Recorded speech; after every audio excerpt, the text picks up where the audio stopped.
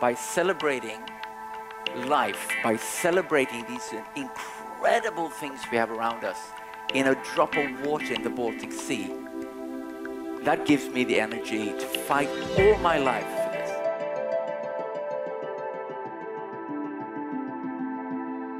Now I'd like to ask our speakers up on stage. Please welcome Professor Ulf Danielsson, Mattias A Klum, and Dr. Jane Goodall.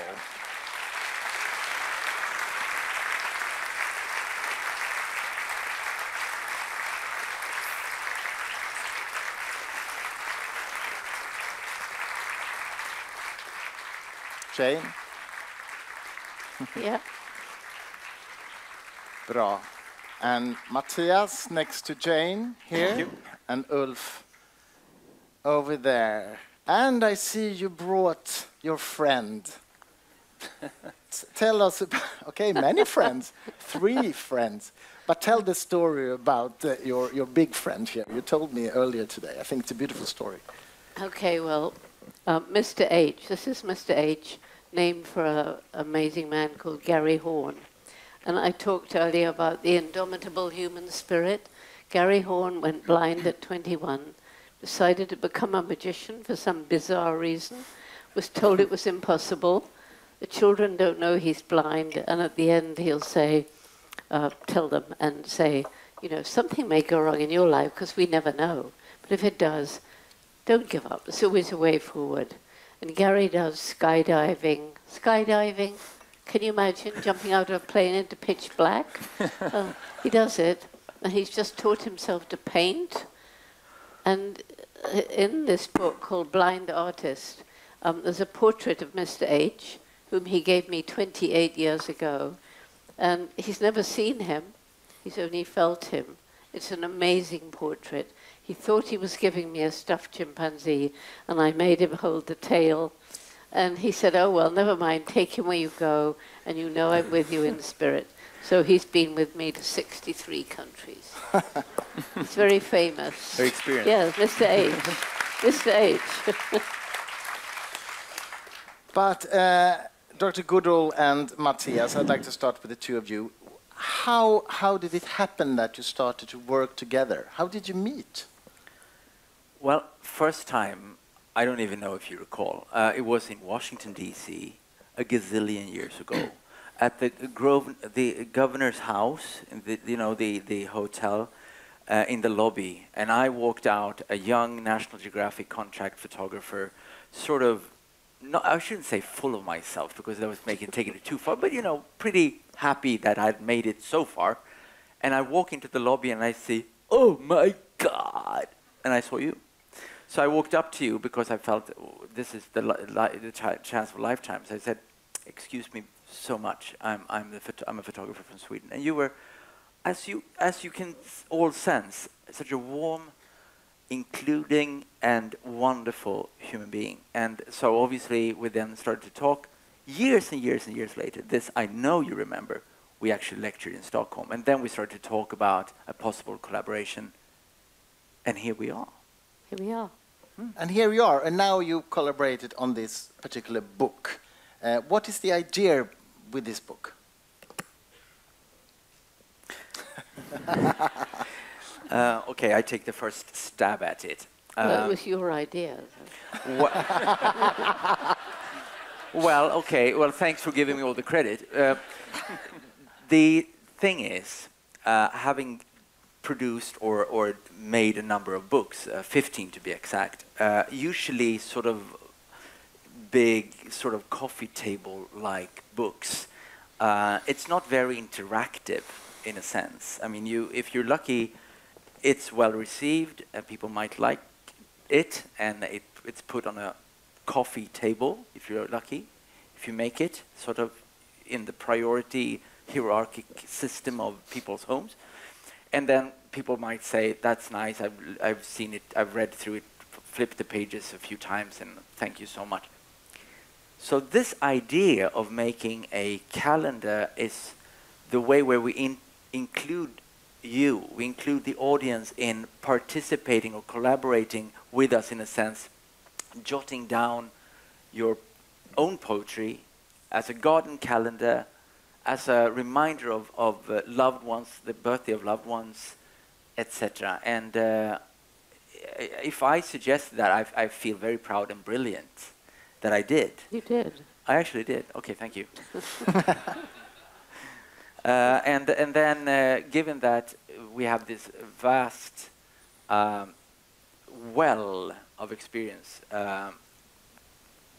some quotes were delivered that are epic, wonderful, and I think contagious as well, alongside some photographs of mine and some captions and a joint, what should we say, call to action. Call to action, yeah. That's it. So, Dr. Goodall, that was, I understand, that was your sort of purpose with this, a call to action. You want to inspire people into action, right? That's why you do this. That's what I do, yeah. Yeah. And with this book as well. With this book, yes. I mean, books have always been so important to me because growing up with no television, none of these little gadgets that everybody has today, books were, and still are for me, really, really important. And I think the idea of a calendar which won't be thrown away at the end of one year because you've already put in dates that you always want to remember. Like so it'll get looked at again and again. So originally, this man asked me for 365 quotes. It was his fault. Well, all right, it was your fault. Well, whoever's fault. I'm the publisher. I'm always to blame. I said, I'm sorry, I can't come up with 365 quotes. They'd be awfully boring. Well, the ones you came up with were, I think you will agree eventually when you read them. I think there are, as 12, I said, 12. No, right? Yeah, it's the best one per ones. month. It's 12. Yes, we boiled them down a bit to 12. Yes. But it's an interesting project because you created this together with the Swedish publisher Fri Tanke, but the book is sold globally, will be sold globally. It's premiered today. So it's a bit unusual also in that sense because it's created with a Swedish publisher, but it's global. That doesn't happen often in the book industry. But anyway, I'd like to include Ulf in this because I know that you come from a very different perspective. I mean, you've been working with theoretical physics, cosmology, looking into the dark matter and so on. But your latest book is actually about Earth and the fragile Earth. What took you from, dark matter to climate issues? Well, I mean, generally speaking, my interest in science from the beginning was very general. I did like Jane, apparently, then at a very young age. I mean, also crawl around and looking for strange creatures, and I grew caterpillars that became butterflies and all those sorts of things. So my interest in nature and science is general from that point of view. And then it was more of an accident, maybe, in some sense. Not accident, really, but that I went for theoretical physics. It was just because I thought that mathematics was fun and entertaining. And then I did that instead of something else. But generally, it's just an aspect of my interest in science and our place in the universe. And I focused on one piece of it, but my interests are broader than that. And then I kind of realized that my speciality, I mean, this grander perspective, was actually something that I think could be useful, not just as entertainment, these kind of things that you read about and you get fascinated and sort of like some kind of infotainment. But I realized that I actually had something to contribute, a perspective that could put all of the things which we are now doing into context. I mean, I continuously reacting against the way that the climate problem is addressed, in the sense that it's something which has to do with economics, etc., etc. No, it's existential. It's an existential problem. It's not anything like what we have seen before. And that means that one has to have also this other perspective in order to really feel that it's something which really matters. It's about our survival and what one can also use the universe to the kind of point that it can make. is that nobody really cares if we are gone. I mean, it's up to us. We are pretty alone in a universe which is it's a very hard place. And that means that we have to really take good care of each other and whatever we have on this planet, because nobody else will do it. And this is something that I feel is not really integrated into the debate and how you sense these things. It always, very often, at least in Sweden, which is supposed to be a country which is sort of conscious about what's going on, still it's reduced to rather materialistic and economical terms where you don't take this seriously. And that is what bothers me, and I wanted to sort of contribute a kind of other angle to the problem. Ulf, you've heard that it's all a Chinese hoax, right? Yes. Yes. Well, there's a You new see. one. There's a new one that I heard yesterday. There's a bunch of anti-Trumpites, and they're standing on the shore of the ocean throwing rocks in. That's the explanation of the rise of ocean levels. You see what we are up against, There's right? lot of Chinese though, so now it's bizarre. But Ulf, as a physician, Physicist. the physicist. That was one of my other possibilities, but I never went for that one. As a physicist, the rise of the water levels on Earth isn't it? It's not really the melting ice that is the primary reason. It's the density of the water when it gets warmer. When it gets warmer, yes, absolutely. That's contributing a lot to it. Yeah, the density of the water. Yes, absolutely. You mean it's not rocks being thrown it's in the water? It's not rocks. Really? Unfortunately not. You can't trust the news.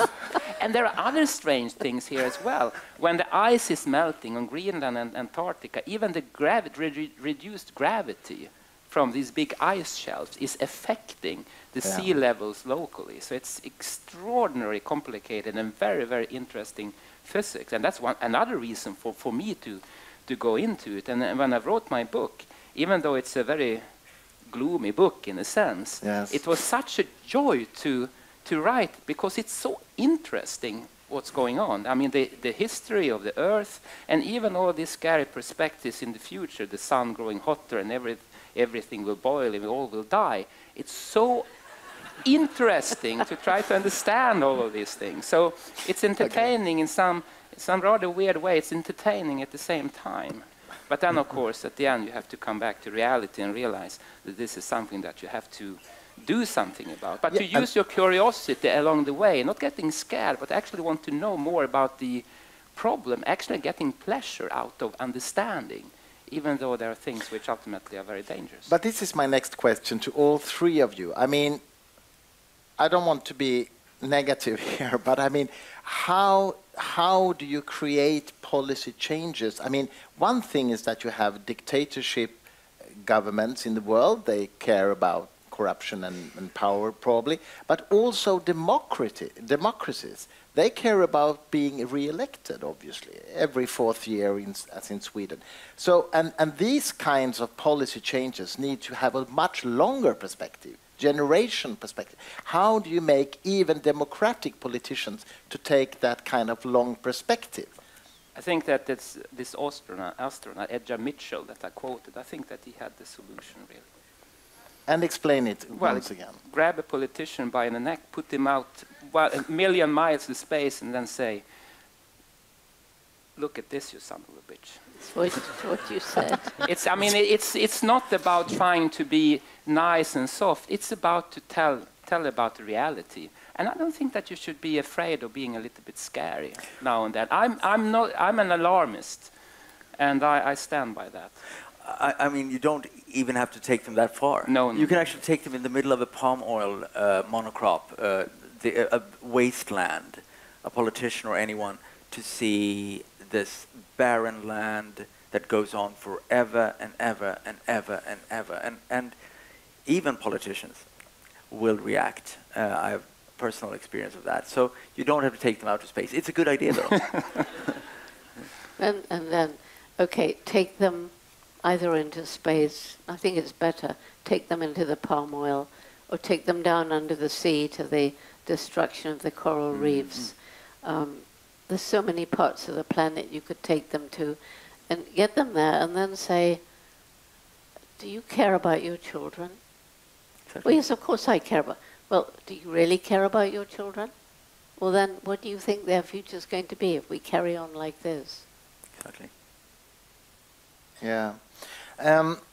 Mattias, you've been traveling many countries for many years. You gave us some examples in your pictures that you really, in a very concrete way, see the changes, the climate changes, the rainforest, for example. Do you have more examples of that is visually really showing what's going on? Well, when it comes to climate change issues, they are sometimes very abrupt, but usually quite gradual. So if you visit a glacier or you visit an area with certain redundancy, or you go back over time, you can obviously see change. But I haven't concentrated as much on climate-related issues as with the loss of biodiversity and the changing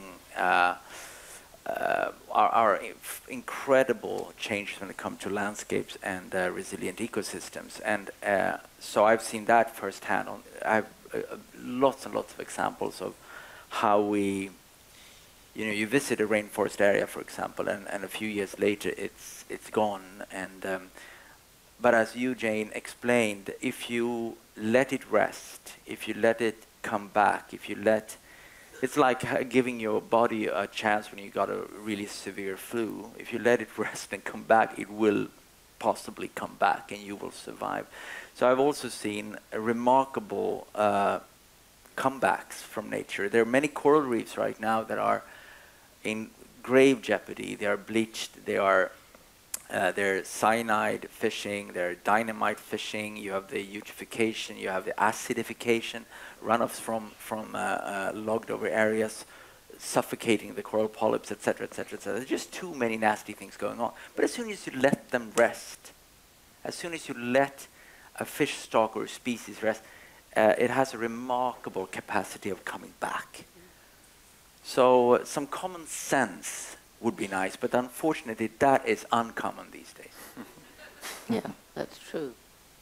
And having lived quite a bit longer than you, I've seen even more change. Of course. When I first went with Leakey, he took me on one of his expeditions to Olduvai Gorge, where he was searching for the fossilized remains of early humans, early hominids. He was sure they would be there. Everybody laughed at him. He was right, of course. And at that time, cutting through the Serengeti, there were rhinos everywhere. There were giraffes. There were lions. And they weren't harming people. You could walk among them, and they just look at you, and they've gone. Yeah, they've all gone, but they can come back. Because that's my next question to you, Jen. I mean, you've been working with these things for so long. You're slightly older than we are. Quite a bit. But seriously, what makes you continue with such energy despite all these challenges? And I mean, how come that you still have this power in yourself after all these years? Because I'm an obstinate kind of critter. And I'm not going to give up. And what do? We either say, well, we're going on a downward trajectory, and there's an awful lot of scientists who truly believe that we've reached the point of no return. I've talked to them. And I say, well, even if we have, which I don't believe, I think we have a little window of time to try and not put things back as they were, but to slow down climate change, to give ecosystems a chance to recover. But even if we were at the point of no return, what do? We're bringing children into the world. What do we say to the children? Do we just say, well, we're really sorry, we've brought you into a dying world, we hope you have long enough to live your lives, but I wouldn't have any children if I were you because they'll be dead? Do we say that? Do we want to think that? We just have to go on fighting as long as we can in the firm belief that if we take action now, if we can create a critical mass of young people which is what I'm trying to do, who have a different way of thinking, a positive way of thinking, and who can eventually, if we get to this tipping point, you know, they'll become the next politicians and the next businessmen. And hopefully they will keep the ethic of roots and shoots, or whatever group they grew up in.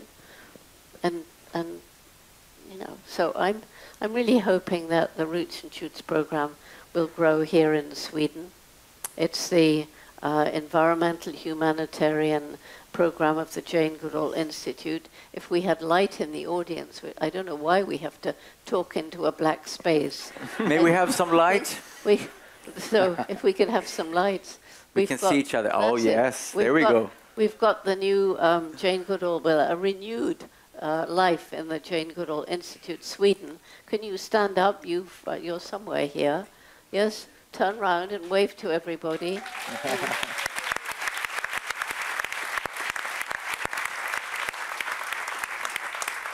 And Mattias has agreed to help you, so I leave it to you now.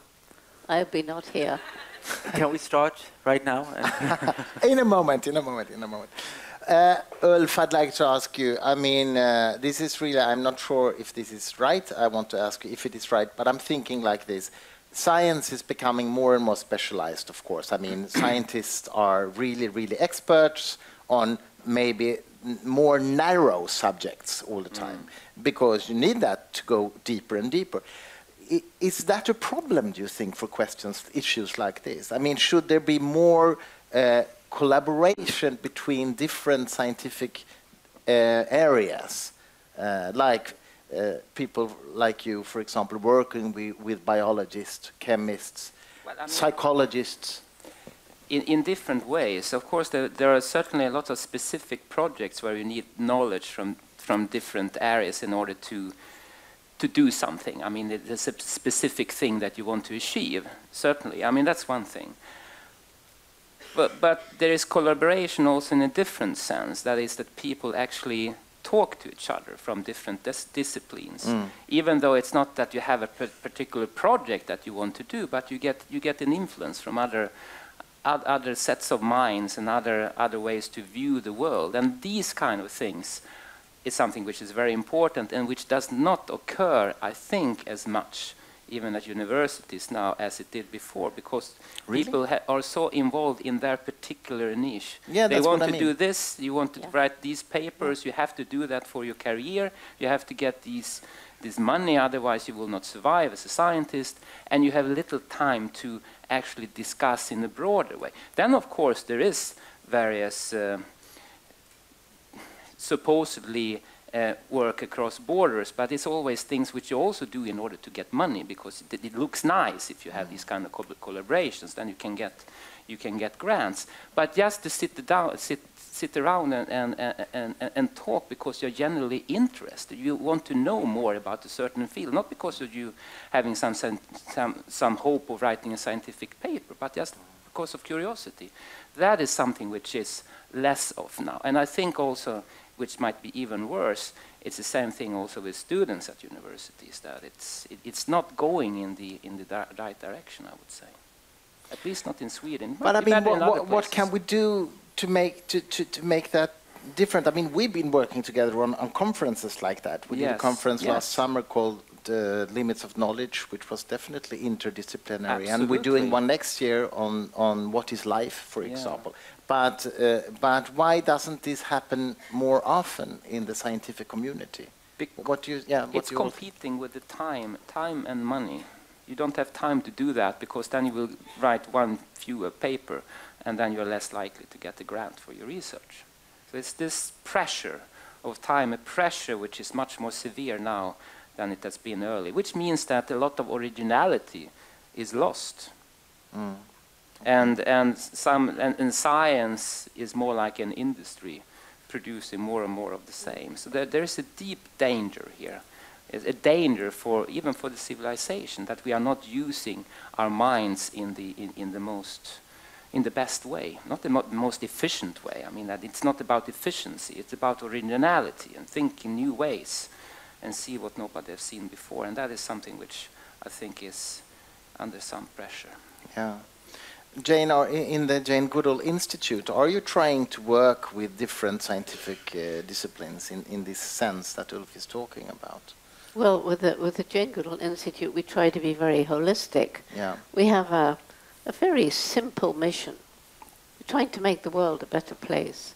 It's a very simple mission. But and, I go back again and again. In the rainforest, I learned about the interconnectedness of all living things. My uncle was a surgeon, and when he began, he was a general surgeon. He did everything. But then he had to specialize because national health came in. And he said what he watched happening once that occurred was that various doctors began thinking about their own specialized little bit of medicine, and they forgot the person as a whole. So they were no longer dealing with people, individuals.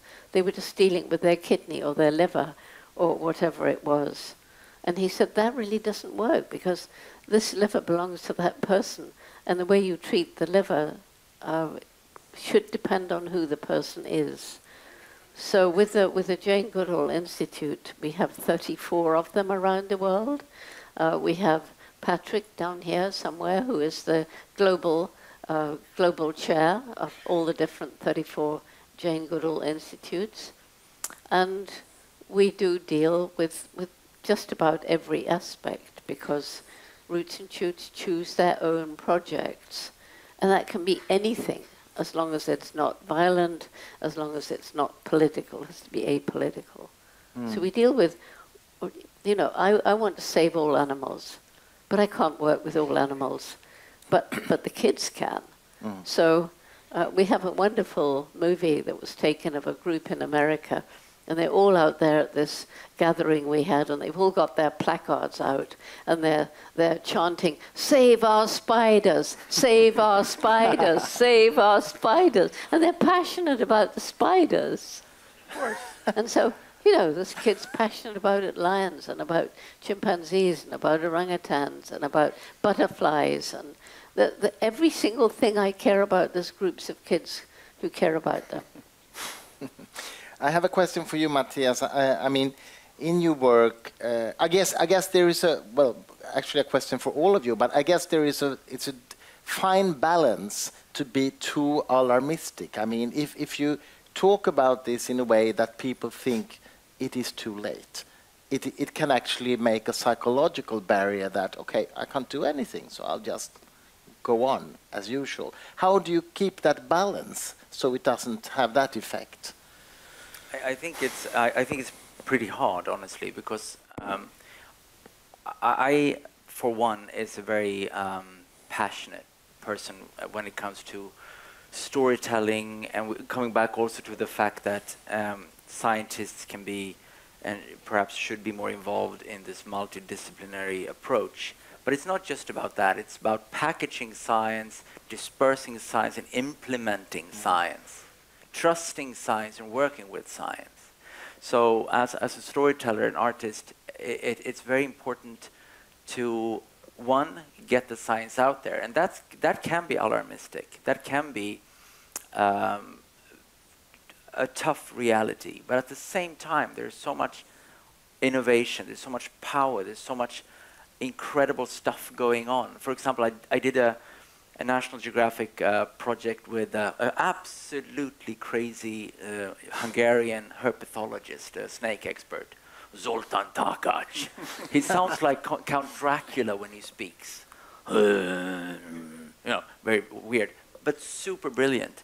What we did was we went into remote areas, corners of the globe, to find the most venomous and lethal creatures, and to get blood samples. I was to shoot with a camera all these species, find them in the wild, and get a sense of their incredible position or what their ecosystems look like and what the species look like. His job was to capture them after that, take a blood sample and possibly an RNA sample, and go back and analyze the molecular biology and genetics behind it to create new drugs against cancer, diabetes, and heart and vascular diseases. And this is such a beautiful story, because in this time when we think that we, through innovation, through our incredible mind, can resolve everything. But the fact of the matter is that within nature, we have so many answers. We have so much to learn still, that a story like that really addresses that we should really take care. We should use our minds in an innovative way. We should think again and again and again, because there's so much out there to find and to embrace and to learn about. So to me, I can be alarmistic sometimes. I can be negative. I can perhaps sound doomy and gloomy. But I think by celebrating life, by celebrating these incredible things we have around us, in a drop of water in the Baltic Sea, that gives me the energy to fight all my life for this, every single day. You bet.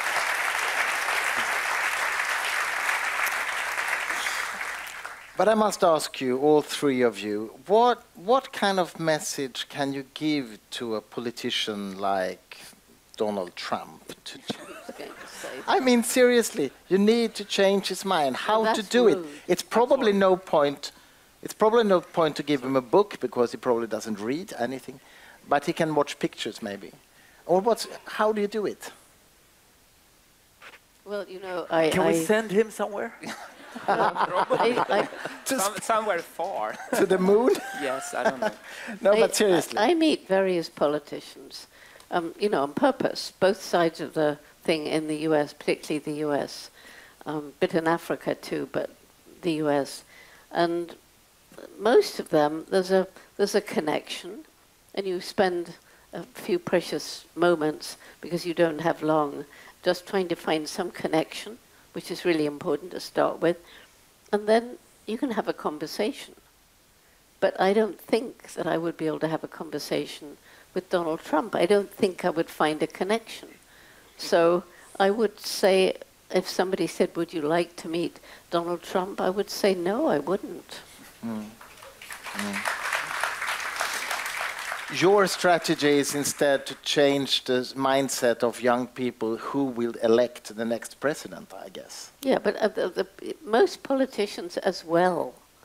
You know, I've had politicians on both sides of the thing supporting projects that we've had, definitely. But the young people, I think we're in such a state now of, you know, getting close to that downward trend that can't be reversed.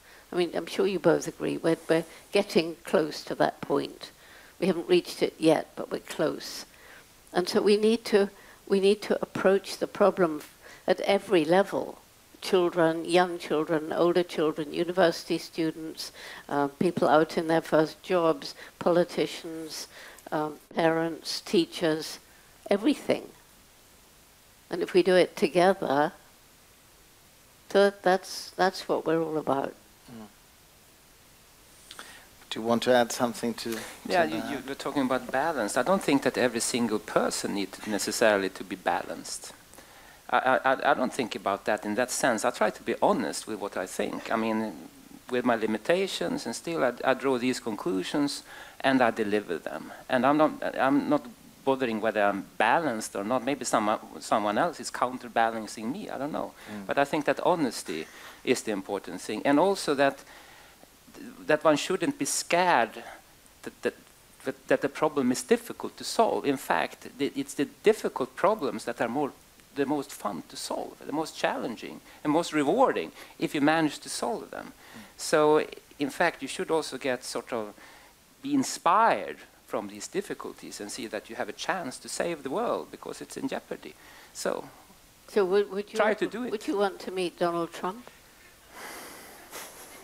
Yes, that would be interesting. I mean, I'm burning out of curiosity. So in fact, it would be very interesting. Maybe but I wouldn't think that I would. Maybe the three of us will go maybe and that talk could to Donald Trump. do something. You're He's on. on. Yeah, no, Okay. I think so. I think just a really quick elevator pitch in the White House with some with the power of the Three Musketeers. Well, if it, Very good.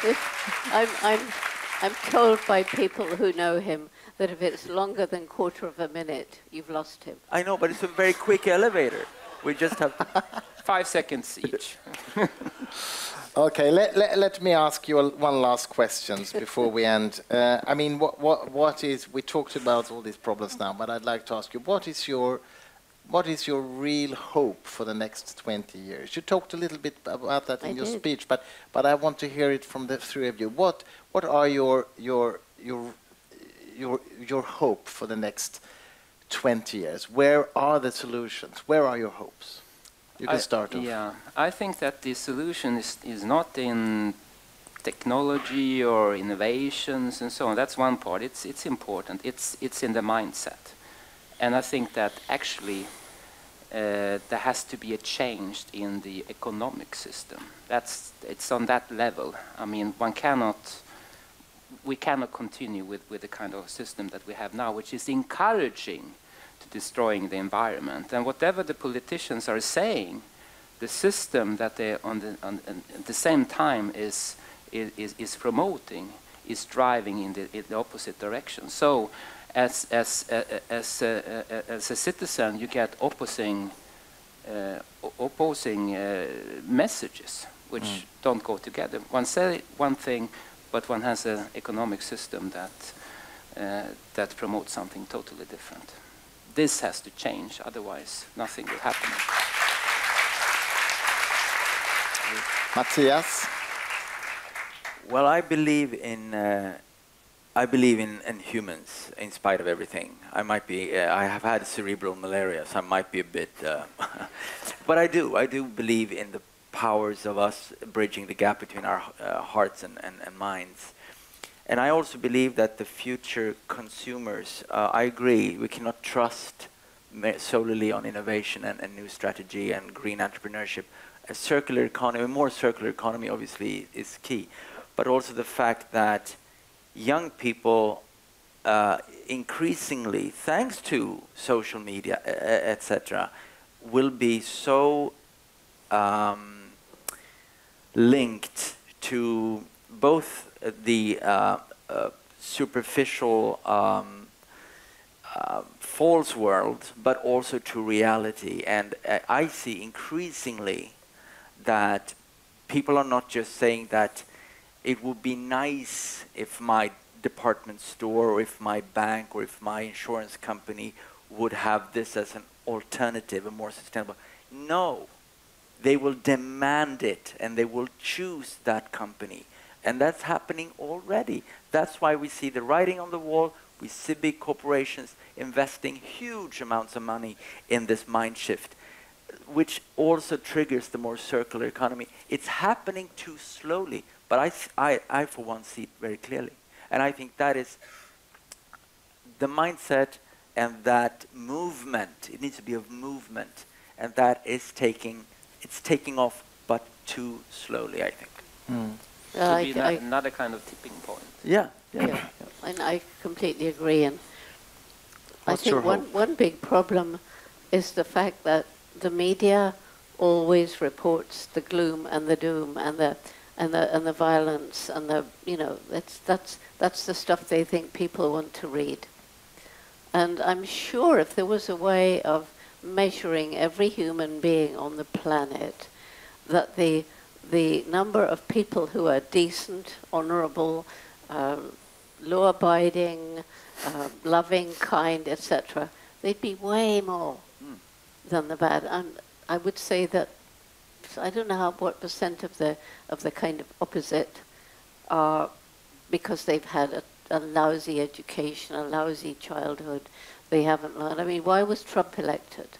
Trump was elected because a huge swath of the United States was deliberately kept undereducated, and they were angry and they wanted change, and Trump offered them change, and they weren't educated enough to understand what that might lead to. Why did Britain vote Brexit?